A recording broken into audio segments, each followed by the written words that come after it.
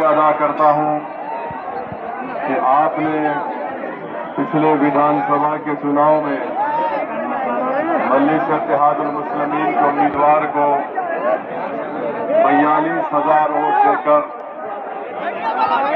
उनकी ताईद का ऐलान किया और मुझे यकीन है कि इंशाअल्लाह ताला जो इतनी बड़ी तादाद में आपने वोट दिया है वो मुस्तकबिल में हरगिज़ रायगा नहीं जाएगा और मुझे यकीन है कि आइंदा विधानसभा के चुनाव में यहाँ की आवाम, मानपुर शिवाजी नगर की आवाम मजलिस इत्तेहादुल मुस्लिमीन के एमएलए को मुंतखब करके रहेगी। ए भाई, ये किसको मत बोलो, छोड़ दो ना, छोड़ दो। अब आप आराम से बैठो, आराम से करो। अब आपसे मोहब्बत है, आपसे भरोसा करके आपको यहाँ तक बुलाए। आप हमारी बात सुन भी लीजिए। अब ये बच्चों को ऊपर लो, छोटे बच्चों को ऊपर लो।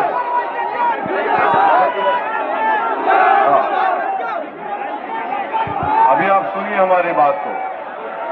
देखो, ना उद्धव ठाकरे, ना देवेंद्र फडणवीस, ना अजीत पवार, ना शिंदे, ना किसी कांग्रेस के नेता को इतना करीब आने देते आपको। हमारा आपका दिल का कनेक्शन है और अखिलेश यादव भी आए तो इतना करीब आने नहीं देते। तो अभी हमारी बात सुनिए आप। ये छोटे बच्चों को ऊपर लो, छोटे बच्चों को।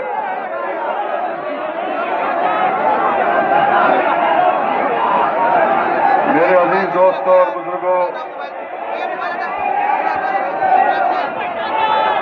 आपने जनाब अतीक साहब की बसीरत अफरोज किताब को सुना और आज हमने एक अवामी मैनिफेस्टो का इजरा अमल में लाया और हमने कहा कि 15 मुद्दों पर बात होगी। 15 जनवरी को शुरुआत होगी इंशाअल्लाह ताला। और 15 मुद्दे क्या है? साफ सुथरा गोवंडी, सफाई और साफ पीने का पानी, सड़कें, फुटपाथ को साफ रखना, अवामी सेहत और हेल्थ के मराकज़ को कायम करना, हंगामी और हिफाजती एम्बुलेंस की सर्विस, इमरजेंसी की सर्विस, टीका की लगाने की जिम्मेदारी, छठा सरसब्ज और साफ और आलूदगी से पाक माहौल, 7वां बीएमसी स्कूलों में मियारी तालीम, 8वीं तलबा और नौजवानों के लिए ताउन, 9वां हुनरमंदी के तरक्की और रोजगार के मौके, 10वां मुंशियात से पाक यानी ड्रग्स से पाक गोवंडी, 11 रिहायशी और झुग्गी बस्तियों का तहफ़्फ़ुज़, 12 मालूमात, रहनुमाई और सेहत बेदारी मरकज, 13 ख़वातीन की हिफाजत, 14 समाज कल्याण केंद्र, एसके और अवामी फलाही मराकज़ के गैर जरूरी चार्जेस पर कंट्रोल, 15 ईमानदारी, तरस पर हुक्मरानी और अवामी शिरकत। क्या आप इसको मंजूर करते हैं? क्या आप मजलिस के मैनिफेस्टो को मंजूर करते हैं? इसमें अतीक साहब की क़ियादत में कहा गया कि 15 मुद्दों पर बात होगी। तो क्या 15 जनवरी को शुरुआत होगी? क्या 15 जनवरी को शुरुआत होगी? मेरे अजीज दोस्तों और बुजुर्गों, मैं आपको ये बताने के लिए भी आया हूं कि देवनार में जो डंपिंग ग्राउंड है, क्या उसको खत्म करना चाहिए? नहीं खत्म करना चाहिए। देवनार में जो डंपिंग ग्राउंड है वो खत्म होना चाहिए, नहीं होना चाहिए। जितने लोग खत्म होना चाहते हैं मेरे साथ नारा लगाइए, नारे तकबीर। अब आप सुनिए, समाजवादी पार्टी के लोगों से आपको पूछना पड़ेगा कि 20 साल में आपने DNR के डंपिंग ग्राउंड को खत्म क्यों नहीं किया? और इस डंपिंग ग्राउंड की वजह से यहाँ की जनता और आवाम में उनके फेफड़े खराब हो रहे हैं, बच्चों की जिंदगियां मुतासिर हो रही है, बुजुर्गों का जीना महान हो चुका है। क्या आप चाहते कि ऐसे वेस्ट एमोकेनास बायो मेडिकल का वेस्ट पोल्यूशन का यहाँ पर डंपिंग खत्म हो? जानवरों को जलाकर, इंसानी जिस्म को जलाकर लाकर यहाँ पर फेंका जा रहा है इस इलाके में। आप देख चुके हैं इतने वर्षों से आपने समाजवादी पार्टी को कामयाब किया, उनके कॉरपोरेटर्स को अराकी ने बल्दिया को कामयाब किया, उन्होंने इस मसले का हल तलाश नहीं किया। मैं आपको बताना चाह रहा हूं, आप मजलिस के कॉरपोरेटर्स को कामयाब करिए, इंशाअल्लाह ताला ये डंपिंग ग्राउंड बंद होगा। कोई गाड़ी आकर कचरा नहीं फेंकेगी, मजलिस का कॉरपोरेटर जीतेगा। अगर कचरा लेकर DNR में आएंगे तो इंशाअल्लाह ताला मुंबई की सड़कों पर कचरा को डालेंगे, फडणवीस के घर के सामने जाकर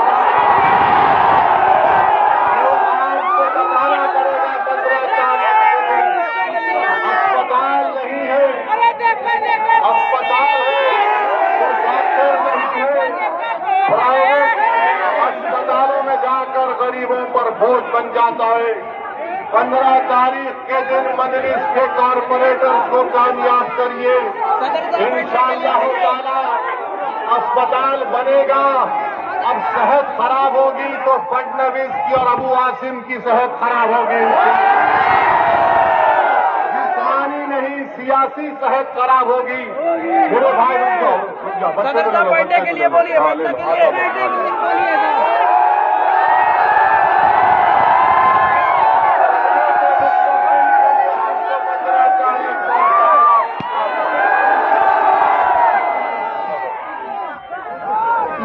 चौथी बात, गवर्नमेंट स्कूल नहीं है, गवर्नमेंट स्कूल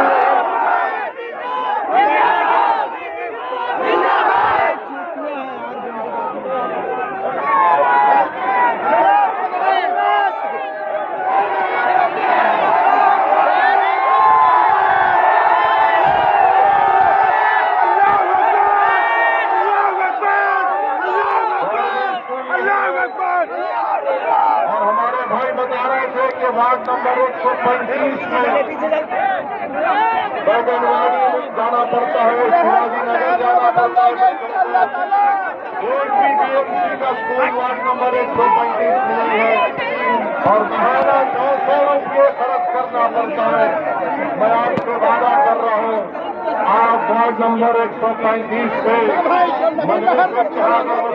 उम्मीदवार को कामयाब करिए, इंशाअल्लाह ताला गवर्नमेंट को बुलाया जाएगा। जो काम समाजवादी पार्टी ने नहीं किया वो काम सही तरीके से सही राह पर ले जाने का काम अकीस की क़ियादत में मजलिस इत्तेहाद और मुस्लिमीन करेगी। मेरे भाई, पानी की सप्लाई बराबर नहीं आती है और आप देखते हैं कि गोवंडी शिवाजी नगर मानसून में बारिश होती है तो पानी जमा हो जाता है। मैं आपसे वादा कर रहा हूं कि इंशाअल्लाह ताला मजलिस के कॉरपोरेटर कामयाब होंगे तो पानी की सप्लाई भी सही होगी और बारिश में पानी जो जमा हो जाता है उसकी निकासी का इंतजाम किया जाएगा। रोड नहीं है, ट्रैफिक की वजह से गोवंडी बैगनवाड़ी शिवाजी नगर में ट्रैफिक जाम हो जाता है। जिस तरह इन्होंने आपको तकालीफ दी है, अगर आप 15 तारीख को निकलकर पतंग के निशान पर बटन दबाकर पोलिंग बूथ पर जाकर ट्रैफिक जाम कर देंगे तो इंशाअल्लाह ताला मजलिस यहाँ की मसाइल को हल करेगी। समाजवादी के कॉरपोरेटर्स को आपने मौका दिया मगर उन्होंने कुछ नहीं किया और जनाब अबू आसिम ये कहते हैं कि मजलिस अगर लीडरशिप को बनाने की बात करती है तो समाजवादी पार्टी के यहाँ के मुकामी एमएलए साहब बोलते हैं कि पाकिस्तान चले जाओ। सुनो अबू आसिम साहब,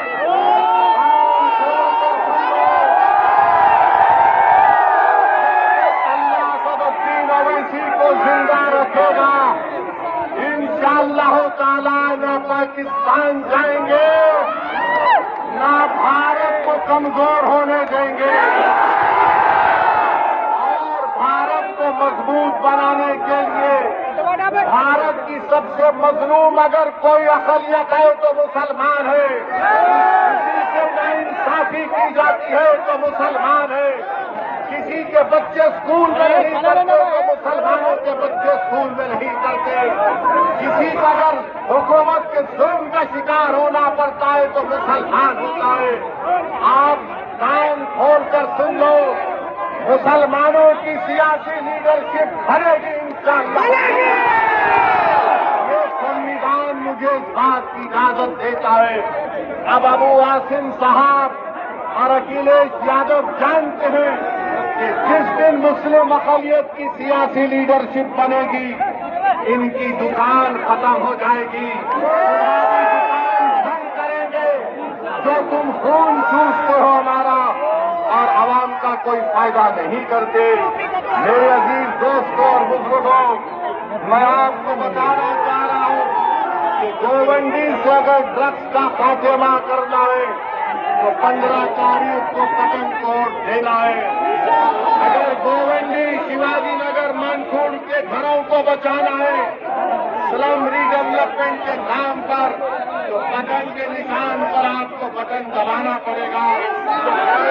दोस्तों और बुजुर्गों, मजलिस का पैगाम क्या है? सुनो, खुश नहीं होने वाला, खुश नहीं हो।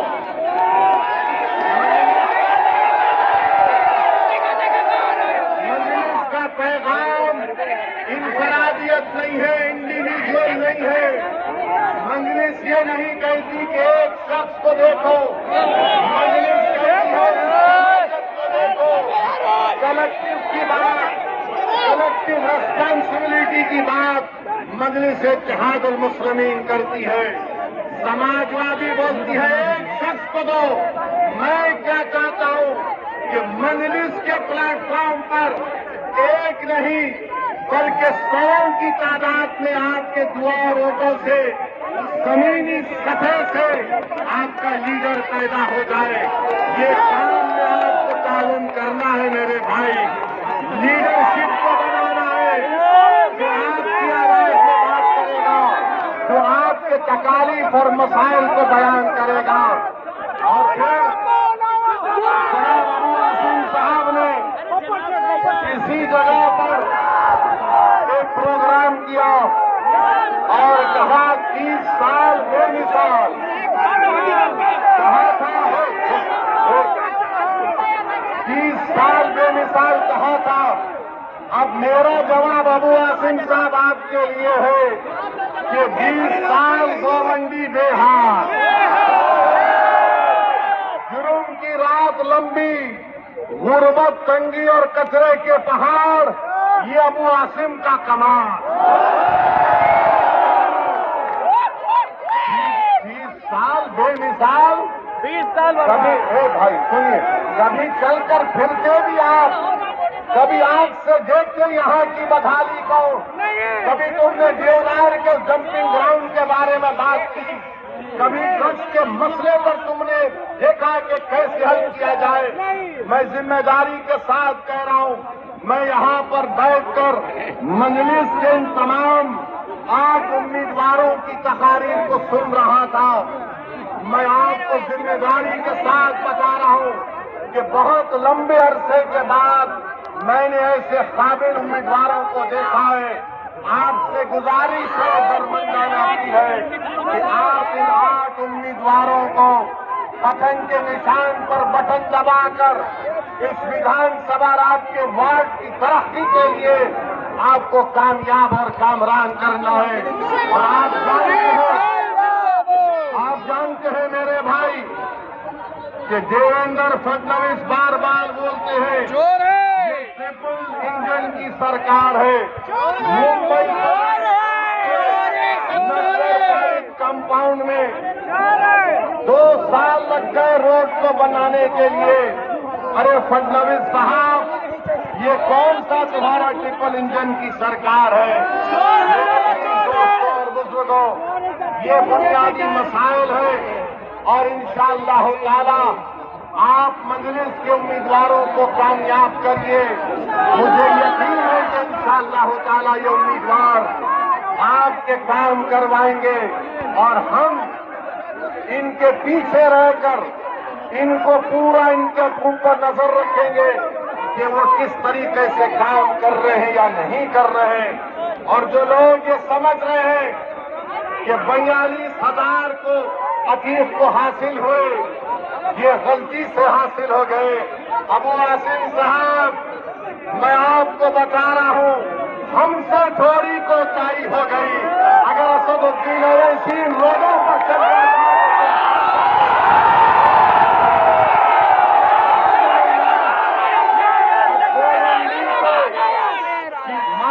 शिवाजी नगर के हर घर में पतंग जाए चुकी है, हर घर में मजलिस का पैगाम पहुंच चुका है।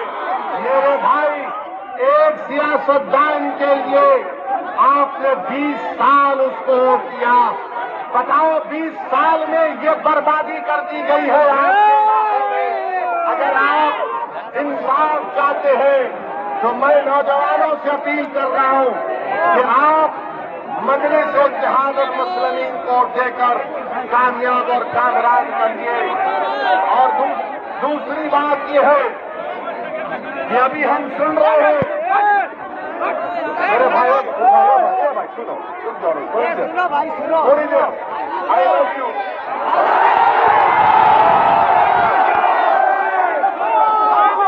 सुन रहे हैं कि एक क्रिकेट टीम में बांग्लादेशी था, उसको हटा दिया गया। बराबर ये बांग्लादेश में हिंदुओं पर जुल्म हो रहा, मैंने भी उसकी मजम्मत की।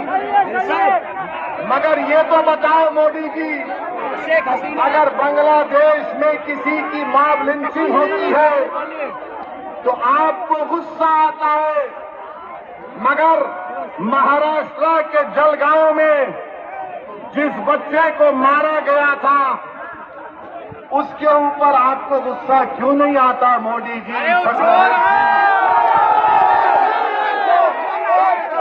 मॉब लिंचिंग 2014 में मोदी की हुकूमत बनने के बाद पूना में मोहसिन शेख की हुई थी और जलगांव में सुलेमान पठान, उसी के दोस्त ने मार मार कर उसको शहीद कर दिया।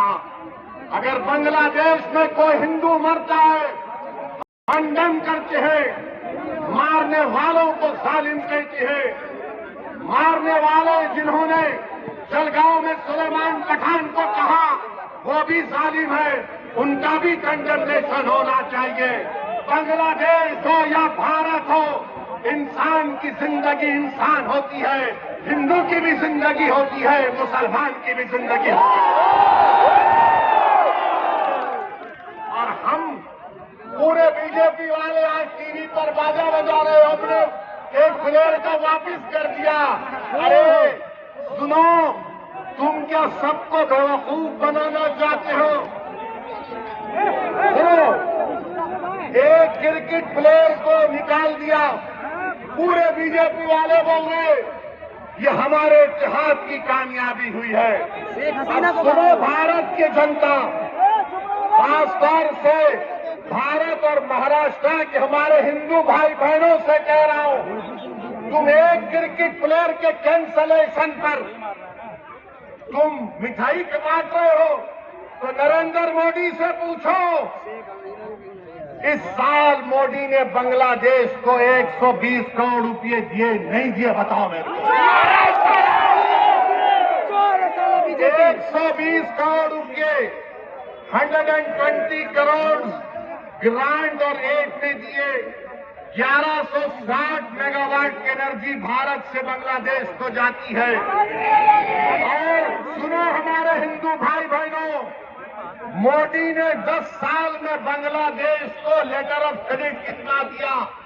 $8 बिलियन। $8 बिलियन मेरा पैसा है। और तुम असदुद्दीन ओवैसी को गाली देते हो। सुनो, मैं किसी मजहब का खिलाफ था ना कभी रहूंगा इंशाअल्लाह। अगर मजलूमों से इंसाफ का मुतालबा करना, अगर मोहसिन शेख के कातिलों को सजा दिलाने की बात करना, अगर जलगांव के सुलेमान पठान खान को जिसके दोस्तों ने उसको मारा उनको कफर किरदार तक पहुंचाने की बात करना अगर जुर्म है तो खुदा की कसम जब तक जिंदा रहूंगा जुर्म करता रहूंगा। और वो क्रिकेट प्लेयर की सुनो, वो क्रिकेट प्लेयर, वो टीम ने उसको 10 करोड़ में खरीदा। आपने बांग्लादेश को 120 करोड़ रुपए 2025 में दिए एड और ग्रांट में। 1160 मेगावाट पावर बांग्लादेश को भारत से जा रहा है। और 10 साल में मोदी की हुकूमत ने एलओसी दिया $8 बिलियन का पावर सप्लाई का। और नफरत मुसलमान ने पार्लियामेंट में होकर कहा था कि बांग्लादेश की हमारे हिंदू भाई बहनों की मंदिरों का तहफ्फुज़ होना चाहिए। आप पैसे दे रहे हैं और यहां पर बीजेपी के लोग, क्योंकि महाराष्ट्र का इलेक्शन है, महाराष्ट्र की और मुंबई की जनता को बोल रहे देखो हमने एक बांग्लादेशी को भिजा दिया। अरे एक और को भिजाओ ना जो मोदी की बहन बनकर दिल्ली में बैठी है। क्या आप चाहते हो वो मोहतरमा बांग्लादेश जाए? आप चाहते हो बांग्लादेश को दे दिया जाए? नारे तकबीर।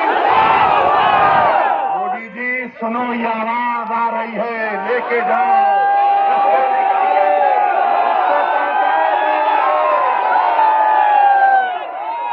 और दूसरी बात अभी खत्म नहीं हुआ मोदी के ऊपर। आज हमने देखा